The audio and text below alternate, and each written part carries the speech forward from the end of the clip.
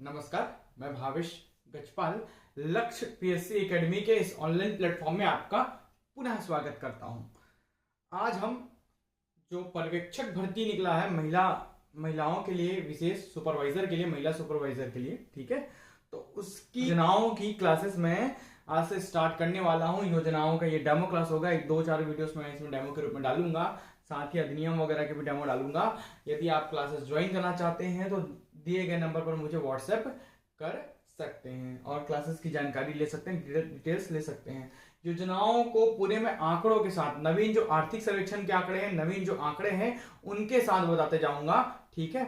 चलिए, सबसे पहले हम देखते हैं विभागीय योजनाओं को। तो योजना का ये एक भाग एक है विभाग की राज्य मद की योजनाएं, जिसमें हम विभागीय योजनाओं को देखेंगे। सबसे पहले बात करते हैं नवाबिहान योजना के बारे में। नवाबिहान योजना के बाद अन्य योजनाओं को भी बारी बारी से पढ़ाऊंगा।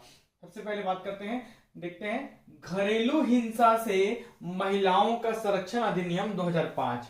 जो 2005 अधिनियम आया था, लॉ आया था घरेलू हिंसा से महिलाओं का संरक्षण, ठीक है, इसके क्रियान्वयन के लिए राज्य शासन द्वारा नवाबिहान योजना संचालित है। इसी के क्रियान्वयन के लिए, इस अधिनियम के लिए, है ना,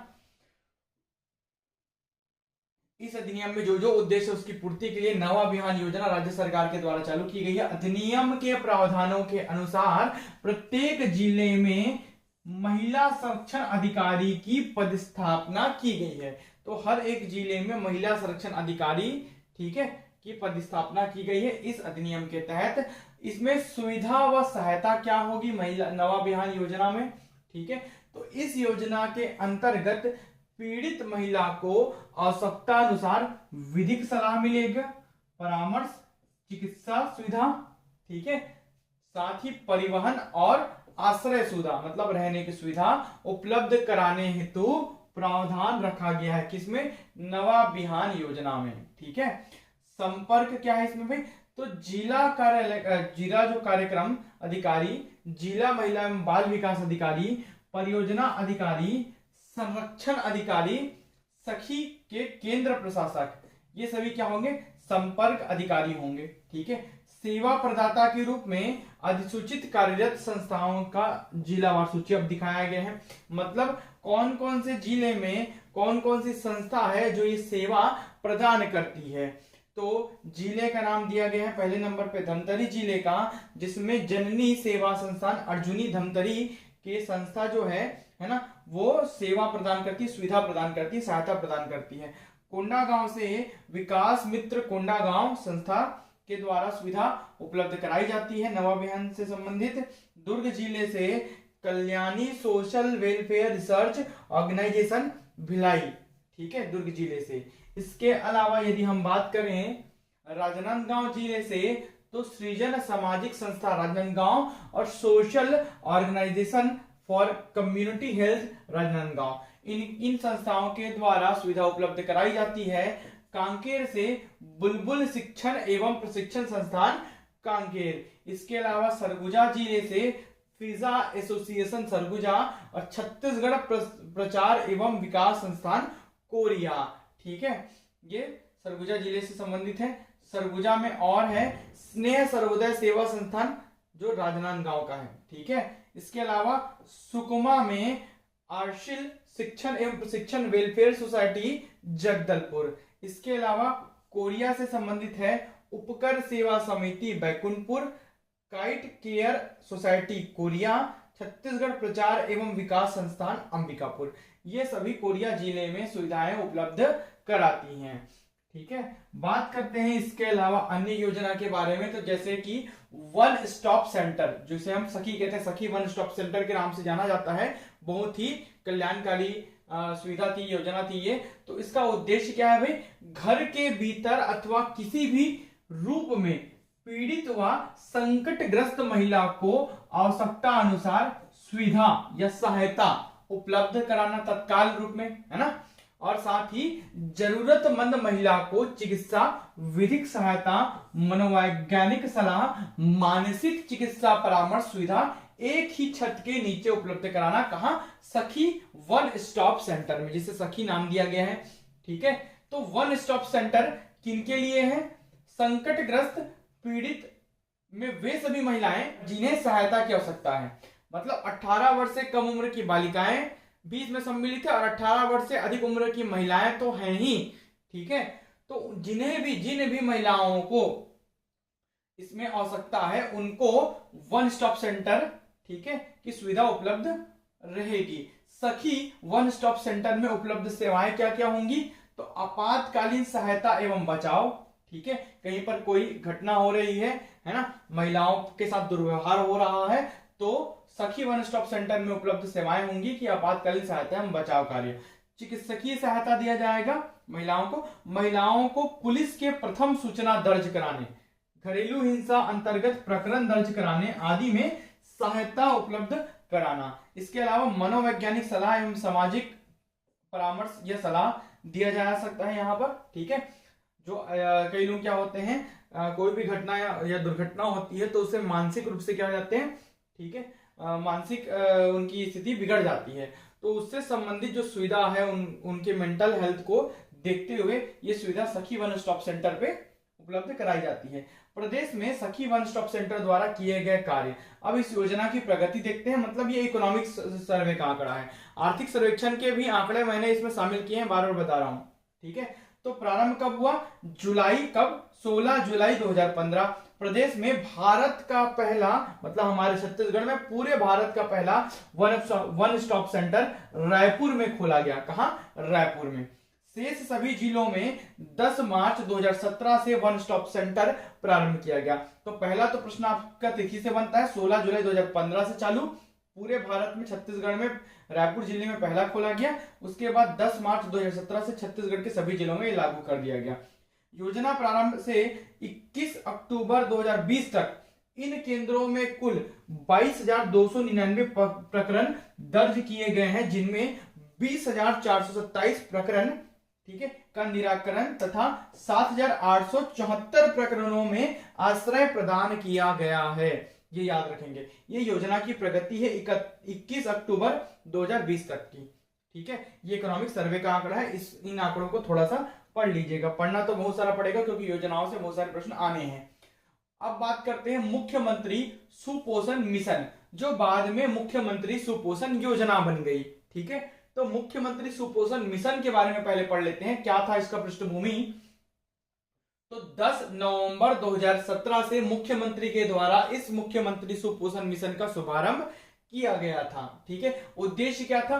कुपोषण के स्तर में तीव्र गति से कमी लाने हेतु, किसी भी प्रकार की कुपोषण, चाहे वो बच्चों से संबंधित चाहे वो महिलाओं से संबंधित हो, ठीक है। तो कुपोषण के स्तर में तीव्र गति से कमी लाने हेतु इस मुख्यमंत्री सुपोषण मिशन का प्रारंभ किया गया था। सुपोषण मिशन प्रारंभ करने वाला छत्तीसगढ़ राज्य अग्रणी राज्य है, मतलब पहला राज्य, ये अग्रणी राज्य है, ठीक है। मुख्यमंत्री सुपोषण मिशन के अंतर्गत, ये मिशन पढ़ रहे हैं, योजना नहीं पढ़ रहे हैं, योजना के बारे में आगे बताऊंगा जब ये मुख्यमंत्री सुपोषण योजना में कन्वर्ट हो गया।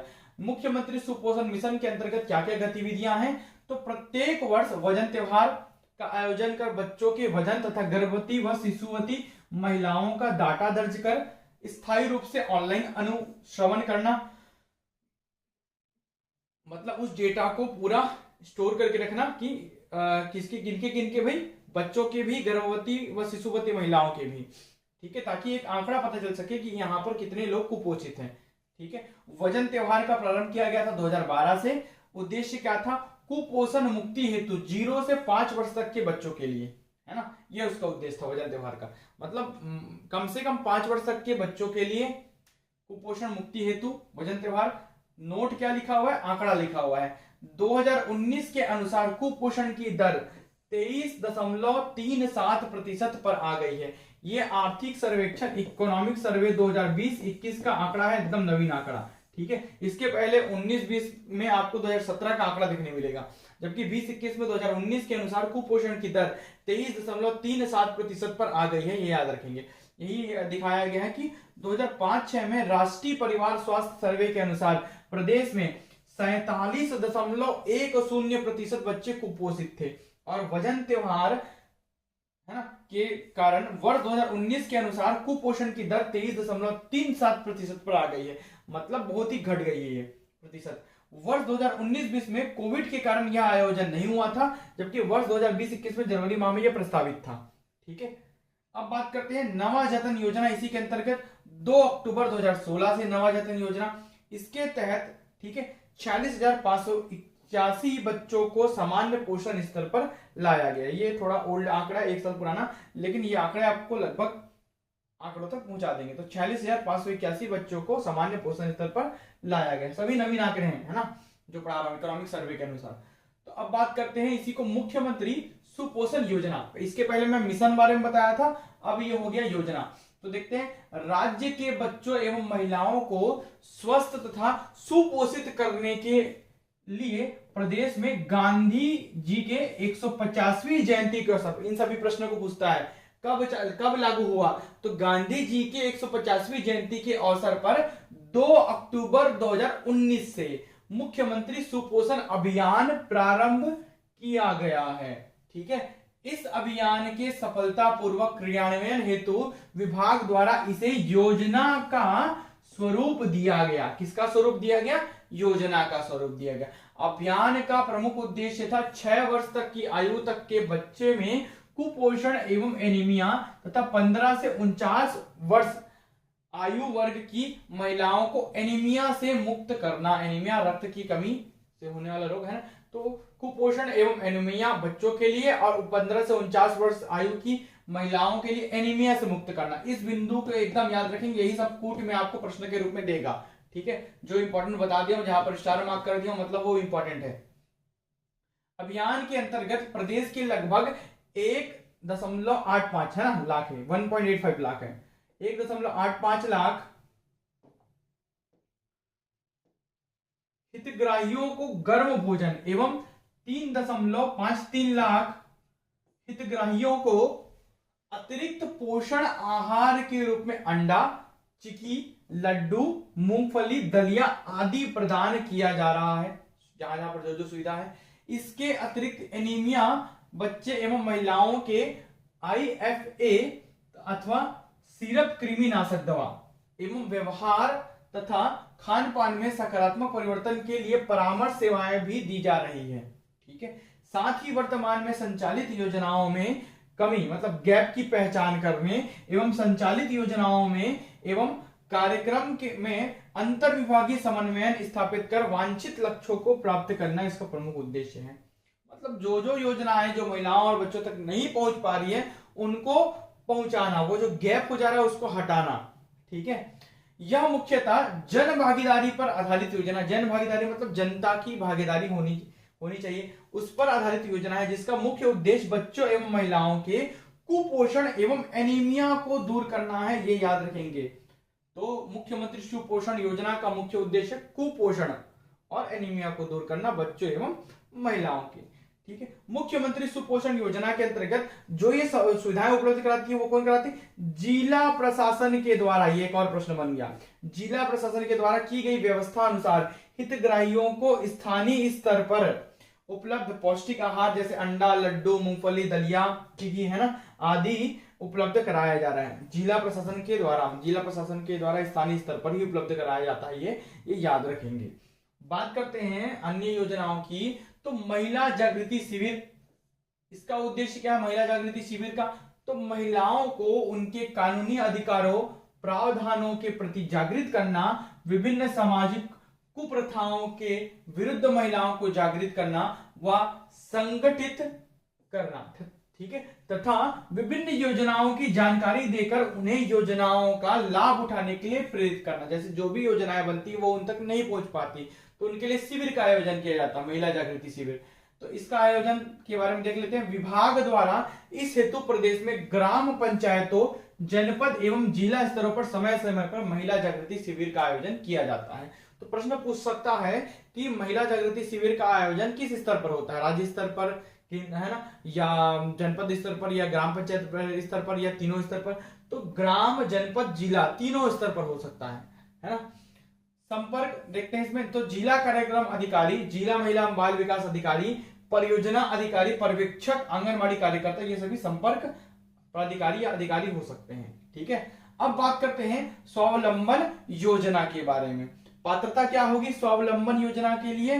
तो ऐसी महिलाएं जिनके पति की मृत्यु हो चुकी है अथवा 35 से 45 वर्ष आयु वर्ग की अविवाहित महिलाओं अथवा कानूनी तौर पर तलाकशुदा महिलाओं को कौशल प्रशिक्षण, स्किल से संबंधित है, कौशल प्रशिक्षण उपलब्ध कराया जाता है। यौन उत्पीड़न, है ना, HIV पॉजिटिव एवं तृतीय लिंग ट्रांसजेंडर हितग्राही भी योजना का लाभ लेने की पात्रता रखेंगे। याद रखना इस बिंदु को, पूरा इंपॉर्टेंट है। प्रशिक्षण कैसे दिया जाएगा? समस्त प्रशिक्षण मुख्यमंत्री कौशल विकास योजना, है ना, VTP के माध्यम से दिए जाते हैं। ठीक है। संपर्क अधिकारी कौन कौन से होते हैं? जिला कार्यक्रम अधिकारी, जिला महिला एवं बाल विकास अधिकारी, परियोजना अधिकारी, पर्यवेक्षक, आंगनबाड़ी कार्यकर्ता। ठीक है, ये सभी संपर्क प्राधिकारी हो सकते हैं या अधिकारी हो सकते हैं। अब इसके बाद की जो योजना है, बहुत सारी योजनाएं, बहुत सारे पार्ट में ये वीडियो बनेगा।